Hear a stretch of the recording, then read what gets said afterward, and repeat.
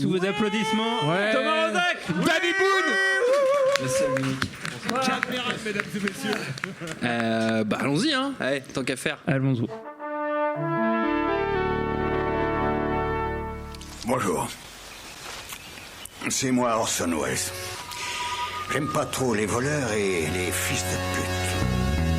Salut, c'est Nos Ciné, votre rendez-vous avec le cinéma qui, poussé par une abnégation rare pour sa matière d'étude, n'hésite pas à braver tous les dangers, ses instincts primaires et les acquis de sa longue expérience pour tout risquer en allant se cogner la marvellerie du mois.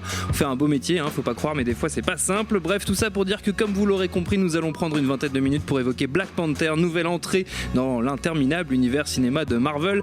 On va faire ça avec un trio de super critiques en lycra moulant. Daniel Andreev, salut Daniel. Salut Thomas. Tu peux lâcher ton téléphone s'il te plaît. Anaïs Bordage, salut Anaïs. Salut. Je remarque que tu n'as pas ton téléphone, c'est bien. David Honora, salut David. Il est dans ma poche. Je le cache. C'est bien, c'est très bien. Je salue le public qui est avec nous ici au Bar à Bulles. C'est Nos Ciné, épisode Salut. 123 et c'est parti. Monde de merde. Pourquoi il a dit ça? C'est ce que je veux savoir. Black Panther, donc, le film développe l'univers d'un personnage déjà aperçu au cinéma chez Marvel dans le troisième Captain America Civil War. Chadwick Boseman rempile dans le rôle de T'Challa, alias la Panthère Noire, roi de la nation africaine imaginaire du Wakanda, peut-être le pays au monde le plus avancé technologiquement parlant, mais ce havre de paix est menacé par des guerres intestines, les ennemis de T'Challa complotant pour mettre son royaume à feu et à sang, ce qui va le pousser à devoir s'entourer de quelques alliés, dont un agent de la CIA toujours dans les bons coups, pour éviter la catastrophe. A war is coming. That's damn calm. Watch me do my. I hope you're ready, bro. Cause I'm just getting started. Let's have some fun. Derrière la caméra, c'est Ryan Coogler, le réalisateur de Creed, et outre Boseman au casting, il y a Michael B. Jordan qu'on avait vu dans Creed justement, mais aussi Lupita Nyong'o et Martin Freeman. Votre avis sur ce Black Panther, les amis? David, tu as l'air consterné et concentré à la fois, peut-être un peu des deux. Non, bah si on commence par Concentré, j'arrive pas à faire c'est ce jeu de mots. concerné à la fois. Du coup, moi, j'avais un peu rompu les ponts avec Marvel, C'est vrai. comme tu le sais. Je le sais. Et puis là, je me suis un peu laissé porter par le marketing en me disant que c'était Cette fois-ci, ce serait la bonne. On se fait tout savoir comme ça. voilà, tu que sais. c'était. C'est aussi un film, en tout cas, qui a été vendu comme ça et qui a un intérêt au-delà du cinéma dans une approche un peu sociale, c'est-à-dire que c'est un film réalisé par un Afro-américain avec un casting essentiellement afro-américain, même s'il y a pas mal finalement de personnages blancs par rapport à ce qu'on pouvait s'attendre.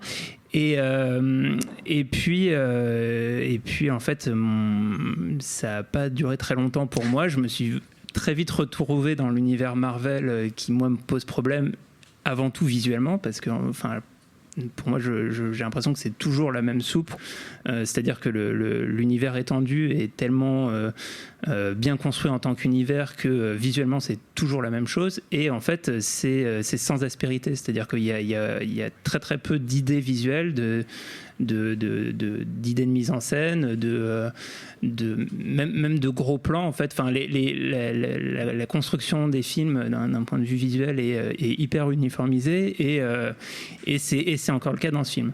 Après, il y a quand même 2-3 trucs intéressants, notamment le casting, et en même temps, ça, c'est aussi une des qualités de Marvel. Récemment, ils ont fait une sorte de photo géante avec l'ensemble des acteurs qui ont joué dans les films de la saga, et c'est hyper impressionnant parce que en fait, il y a juste les meilleurs acteurs d'Hollywood qu'on retrouve là-dedans, et dans ce film en particulier, c'est un casting qui est excellent, avec à la fois les petits chouchous qu'on pouvait déjà voir, comme Michael B. Jordan, pour moi, qui est un super acteur.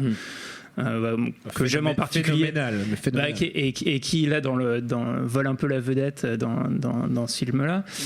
Et puis aussi des découvertes. Il y a l'actrice Letitia Wright qui joue un peu une sorte de Q dans James Bond, à fabriquer des gadgets, etc. Et je trouve qu'elle est hyper charismatique, hyper intéressante.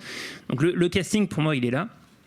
Mais à la fois la manière de filmer l'histoire et de raconter l'histoire me paraît hyper plat, et du coup j'ai pas du tout été emporté par ce truc qui pourtant avait du potentiel, et notamment l'idée du Wakanda, en fait, je trouve, est complètement sous-exploitée. C'est-à-dire qu'il y a il y a énormément de choses à raconter sur comment ce monde fonctionne en autarcie par rapport au reste du monde. Il y a la dualité entre Michael B. Jordan, le personnage de Michael B. Jordan, qui voudrait faire profiter des avancées du Wakanda à la diaspora noire, en particulier aux États-Unis.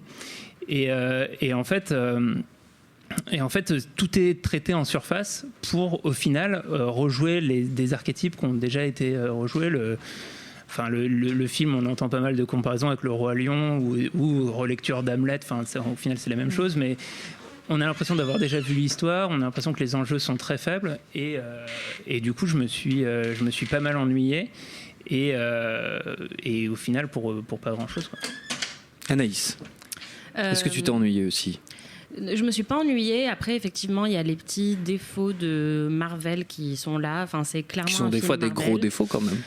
Ouais, mais là, en fait, ils m'ont paru moins insupportables que dans d'autres Marvel. Pour moi, c'est vraiment un des meilleurs de cet univers-là. Mais effectivement, comme tous les Marvel, c'est trop long. Vraiment, ils auraient pu couper une demi-heure sans problème.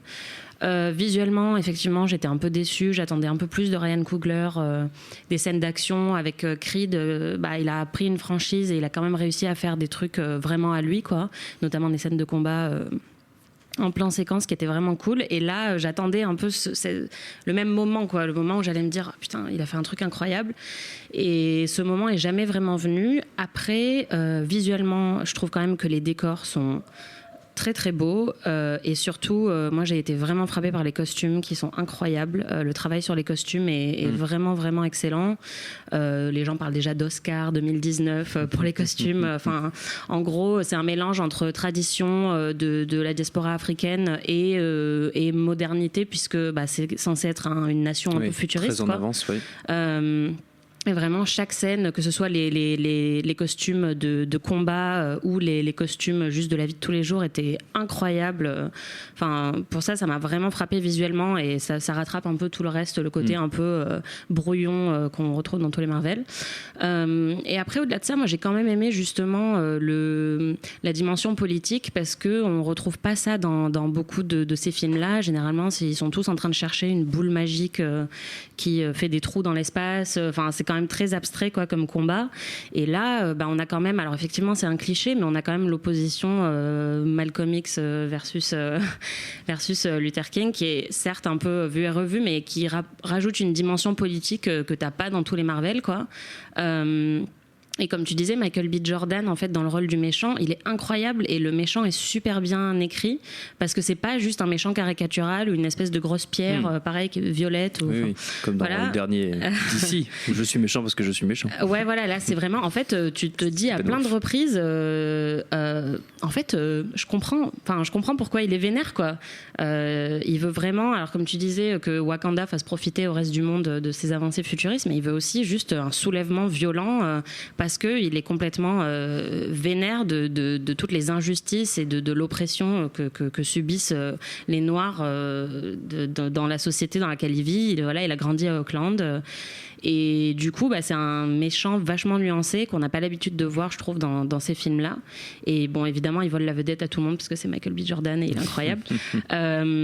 Mais voilà, donc ça, c'était quand même super cool. Et puis, il y a plein de guerrières super cool. Et pour moi, ça faisait la différence avec Wonder Woman, où en gros, c'était une femme, mais c'était la seule femme. Et après les 40 premières minutes, elle évolue vraiment dans un monde d'hommes.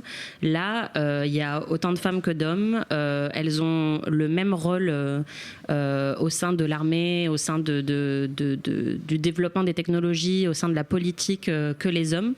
Elles sont super badass. Danai Gurira, qu'on connaît aussi de The Walking Dead, est vraiment géniale. Elle est patriote, elle est impressionnante.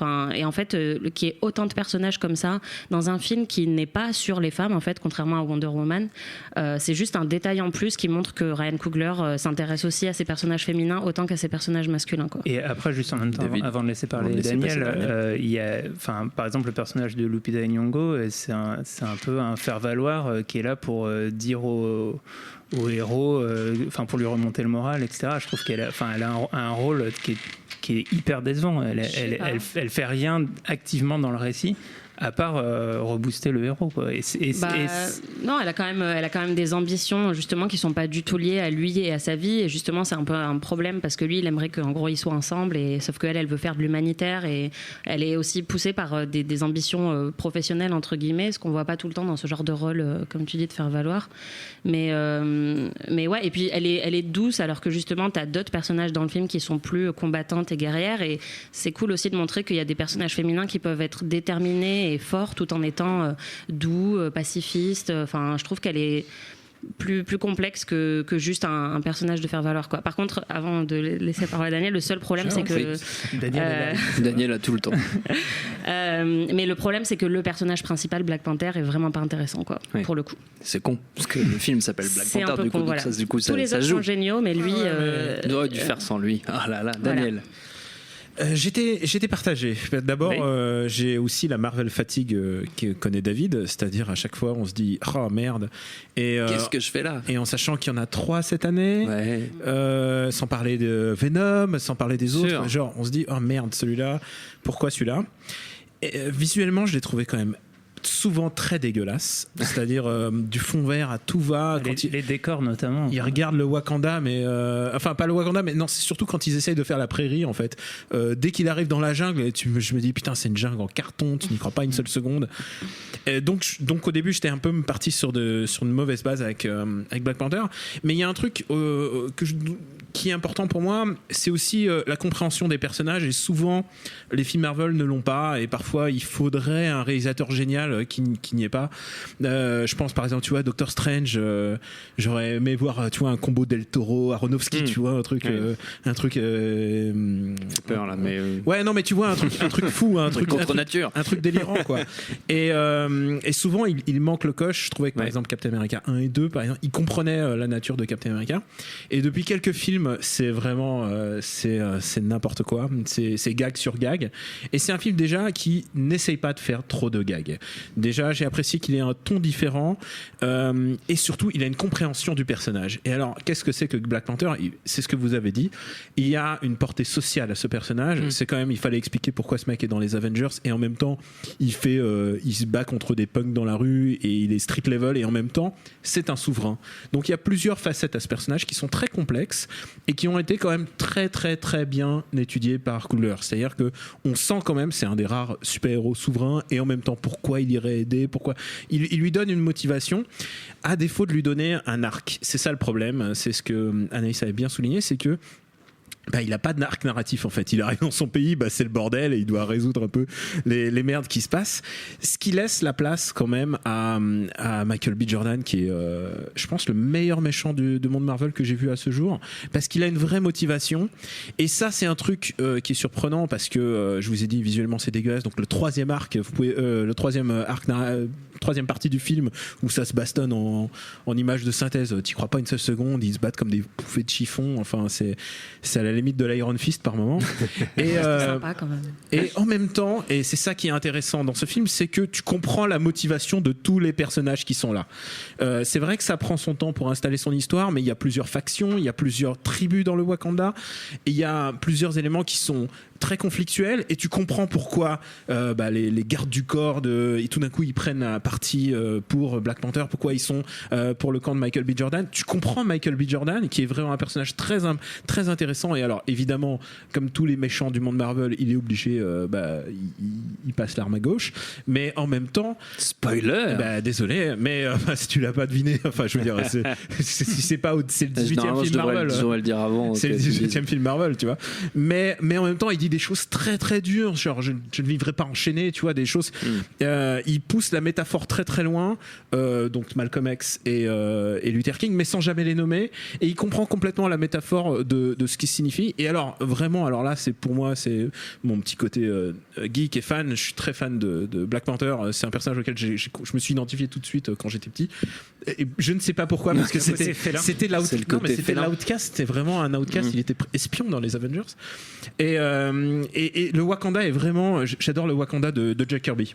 Et celui de Jack Kirby, il est fou allié. Quand il a fait le comics, c'est genre, ça a été réédité d'ailleurs, je crois, tout récemment pour accompagner la sortie du film. Ça sera pas ma reco, mais je recommande recommande vraiment d'aller voir le matériel original de Jack Kirby. Et voilà, le monde Wakanda est complètement fou. Et je trouve que pour une fois, ils ont utilisé la 3D à bon escient. Il y a une espèce de trolleybus qui traverse la ville. Il y a vraiment, tu comprends que c'est une civilisation avancée. Et le fait d'avoir mis une vraie problématique de, est-ce qu'on va aider les autres ou pas? Est-ce qu'on va mettre un mur entre notre pays et les autres pays d'Afrique? Grosse métaphore, mais je trouvais ça intéressant et ça m'a permis d'oublier le fait que ce film est quand même visuellement dégueulasse. Moi justement sur ce point-là, je trouve ça complètement insuffisant la manière dont est décrit l'univers du Wakanda. En fait, c'est à deux niveaux. Je trouve que le film a des faiblesses. D'une part, en fait, à vouloir trop s'intégrer dans le reste de l'univers Marvel, je trouve que il échoue à s'intégrer dans l'univers réel, en fait, et notamment les scènes à Auckland. Il n'y a pas de monde Marvel de ce temps-là. Non, mais en tout cas dans l'univers, au sens univers étendu, etc., de pouvoir faire les connexions, y compris par la scène post-générique, etc.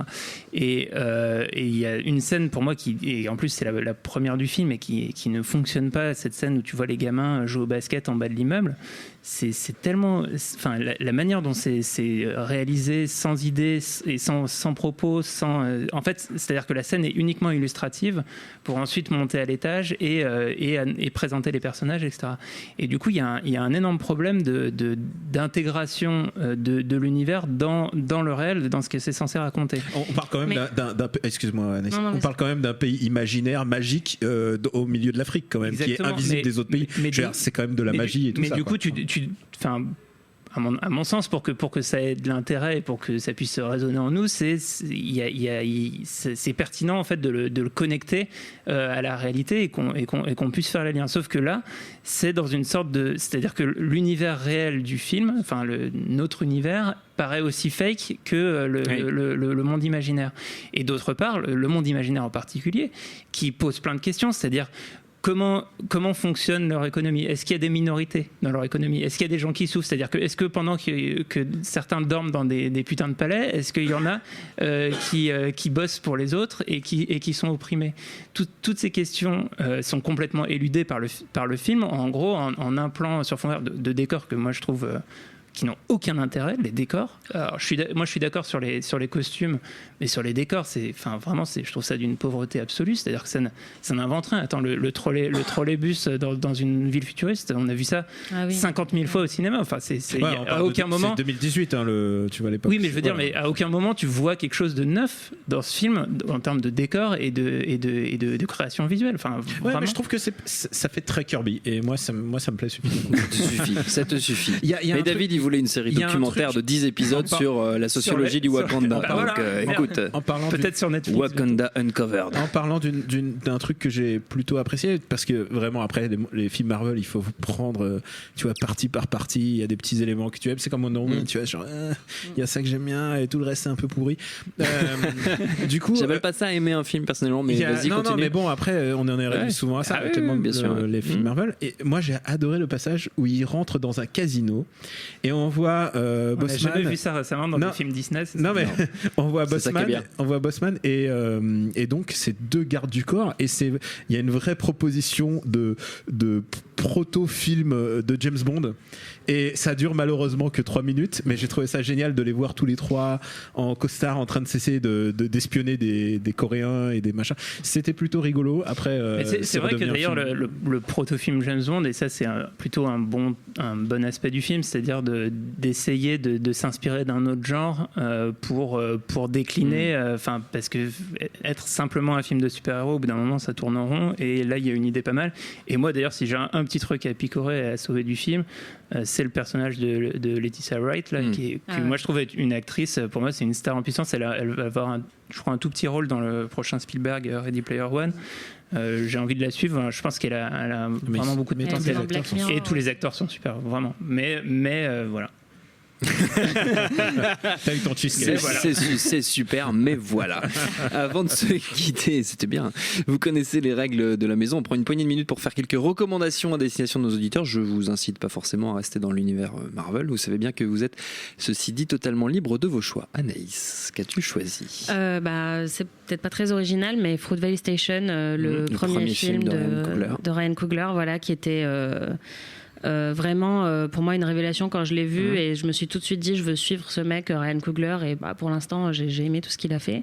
Ça parle de violence policière, de Oscar Grant qui a été tué par des flics un soir de Nouvel An après une altercation dans le métro. Il n'était pas armé, a priori, il n'avait pas fait grand-chose.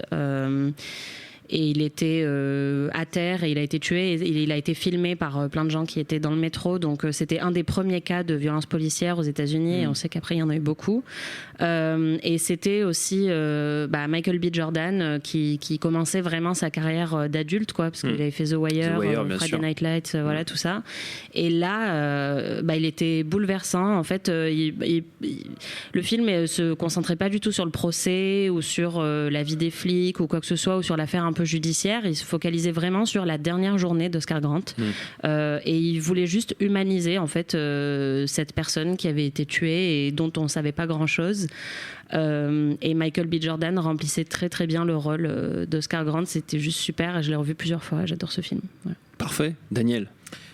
C'est vrai qu'on pourrait recommander en fait la saison 1 de The Wire puisqu'il y a donc Wallace, le personnage qui est joué par un personnage bouleversant là aussi, extraordinaire. C'est vraiment c'est bouleversant ce qui lui arrive. J'allais parler avant du comics de Jack Kirby. Je voudrais aussi recommander un comics qui s'appelle All New Captain America. Et pourquoi celui-là? C'est parce que Marvel s'est rendu compte que il pouvait passer le bâton, il pouvait passer le relais à une autre génération de super-héros et en l'occurrence Captain America il file le relais à Falcon, donc c'est Falcon qui devient le Captain America. Très bien. Et alors on pourrait croire que ça aurait pu être juste une stratégie commerciale pour essayer d'avoir le public noir américain. Évidemment ça va bien au-dessus, c'est assez bien écrit, c'est même très bien écrit puisque ça soulève pas mal de questions politiques. C'est une vraie les gens qui ont aimé Luke Cage en tant que personnage de comics et pas de série. Je pense qu'ils s'y retrouveront parce qu'il y a vraiment un côté très actuel, il y a un côté très Black Lives Matter. Et voilà, donc All New Captain America, et donc avec le personnage de Falcon qui prend le bouclier, quoi, carrément. Putain, truc de ouf, j'étais pas au courant. C'est vraiment super. C'est fou. David. Moi j'ai une double reco. Alors d'abord une reco gourmand. C'est fou. Une reco podcast. Dis donc. Alors, en fait c'est le podcast afro d'Arte Radio qui s'appelle Le Chip, qui en plus c'est la Saint-Valentin, donc je fais un coucou à ma copine qui est une des co-animatrices du podcast. Bravo. Et qui Monsieur se fait plaisir. Bah, oui, on fait un peu la famille, on fait tourner. Voilà, c'est ça. Et non, en fait, qui va consacrer un épisode à Black Panther, et qui certainement va donner un point de vue intéressant aussi sur les questions de représentation et de pourquoi aussi ce film peut être intéressant pour la communauté afrodescendante. Donc voilà, des choses dont on n'a pas du tout parlé puisqu'on est tous blancs autour de la table. Et même Daniel qui est noir à l'intérieur, mais ça compte pas. Il est complètement Black Panther, les gars. Mais on avait dit que c'était son côté félin. Pourtant il est petit et russe. Et donc voilà, donc sur ces questions-là, il faut écouter Le Chip d'Arte Radio. Et alors j'ai une autre reco qui a rien à voir, mais comme on n'a pas eu l'occasion d'en parler dans nos cinés, le même jour que Black Panther sort le nouveau film de Paul Thomas Anderson, tout à fait, Phantom Thread, que je trouve absolument extraordinaire, et qui est pour moi de très loin son meilleur film depuis Punch Drunk Love. C'est un film assez simple qui raconte l'histoire d'un couturier et de sa vie de couple avec une jeune femme qui ne va pas céder à l'autorité et aux règles qu'il veut essayer de mettre dans sa maison. Et c'est d'une finesse assez éblouissante, et ça a réussi à faire du cinéma avec un escalier, ce que en 30 films Marvel n'arrivera jamais à faire. Voilà. Il ne faut pas insulter l'avenir, David Honora. Et puisque tu as fait une reco podcast, je vais en faire une moi aussi, mais je vais être beaucoup plus corporate que toi, parce que nos camarades de No Fun de Binge Audio aussi enregistrent un épisode consacré à la BO de Black Panther, donc un peu un épisode complémentaire. Mais c'est vrai qu'on n'a pas parlé de notre émission, c'est vrai qu'on n'a pas parlé, mais tant pis, c'est eux qui vont en parler à notre place. Notre temps est écoulé. Merci à tous les trois, merci à Quentin à la technique, technique et merci au Barabule et au public pour l'accueil. Rendez-vous sur binge.audio, le site de notre réseau de podcast Binge Audio pour retrouver toutes nos émissions, le programme des prochaines, les dates d'enregistrement en public si vous voulez aussi venir nous voir. Je vais y arriver et en attendant on vous dit à très vite.